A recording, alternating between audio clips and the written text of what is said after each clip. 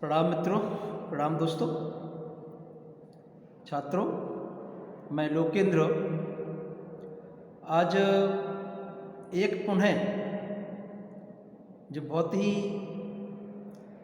दुनिया में माने हुए कवि हुए हैं, जिनको राष्ट्र कवि कहा जाता है, रामधारी सिंह दिनकर, जिन्होंने एक व्यक्ति की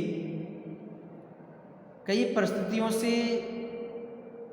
उसकी शक्ति का सामना होने के उपलक्ष्य में या सामर्थ्य में यह कविता कही है और जीवन में कई सारे सुख दुखों को लेकर के, जीवन के कई सुख दुख उतारों चढ़ाव को लेकर के यह कविता उन्होंने लिखी है। मैं उसको आपके सामने प्रस्तुत कर रहा हूँ यूट्यूब चैनल के माध्यम से। आप हमारे यूट्यूब चैनल को सब्सक्राइब करिए, उसको लाइक करिए। मैं प्रस्तुत कर रहा हूँ। नित्य जीवन के संघर्षों से जब टूट चुका हो अंतर्मन, नित्य जीवन के संघर्षों से जब टूट चुका हो अंतर्मन, तब सुख के मिले समंदर का रह जाता कोई अर्थ नहीं। नित्य जीवन के संघर्षों से जब टूट चुका हो अंतर्मन, तब सुख के मिले समंदर का रह जाता कोई अर्थ नहीं। जब फसल सूख कर जल के बिन तिनका बन गिर जाए, जिस समय फसल को पानी की ज़रूरत होती है उसमें पानी ना लगे तो क्या होता है कि जब फसल सूख कर जल के बिन तिनका बन गिर जाए, फिर होने वाली वर्षा का रह जाता कोई अर्थ नहीं। फिर होने वाली वर्षा का रह जाता कोई अर्थ नहीं।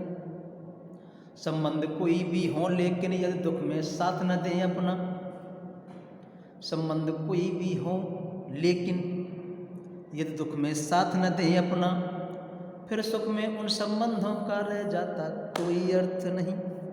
जो व्यक्ति समय पर काम में नहीं आता है, अपने दुख में शामिल नहीं होता है, फिर खुशियों के समय पर, खुशियों के पलों में उस व्यक्ति का संबंध कोई भी किसी काम का नहीं होता। रामधारी सिंह दिनकर जी ने ये व्यक्ति को कितनी बड़ी चेतावनी दी है। छोटी छोटी खुशियों के क्षण निकले जाते हैं रोज जहाँ, छोटी छोटी खुशियों के पल निकले जाते हैं रोज जहाँ, फिर सुख की नित्य प्रतीक्षा का रह जाता कोई अर्थ नहीं। जहाँ पर हर क्षण, हर पल, हर रोज छोटी छोटी खुशियों के पल जब मिलते हों, प्राप्त होते हों, फिर लंबी कोई खुशी का इंतजार करने का कोई अर्थ नहीं होता। ये रामधारी सिंह दिनकर जी ने व्यक्ति की एक जीवन से संबंधित ऐसी कविता,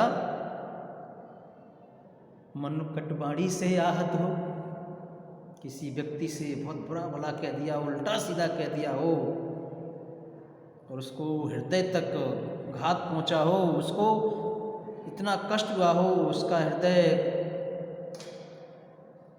घायल हो गया हो, मन कटबाड़ी से आहत हो, भीतर तक छलनी हो जाए, ऐसी बात जो हमेशा उसके दिल को कचोटती रहे। मन कटबाड़ी से आहत हो, भीतर तक छलनी हो जाए, फिर बाद कहे प्रिय वचनों का रह जाता कोई अर्थ नहीं।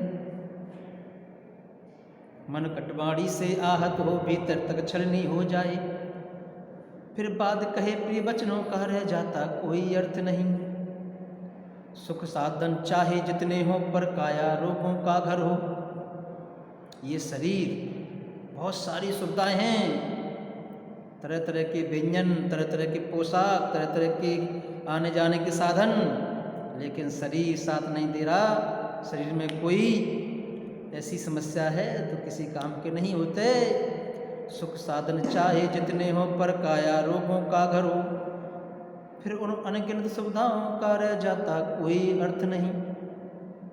नित्य जीवन के संघर्षों से जब टूट चुका हो अंतर्मन, तब सुख के मिले समंदर का रह जाता कोई अर्थ नहीं, रह जाता कोई अर्थ नहीं।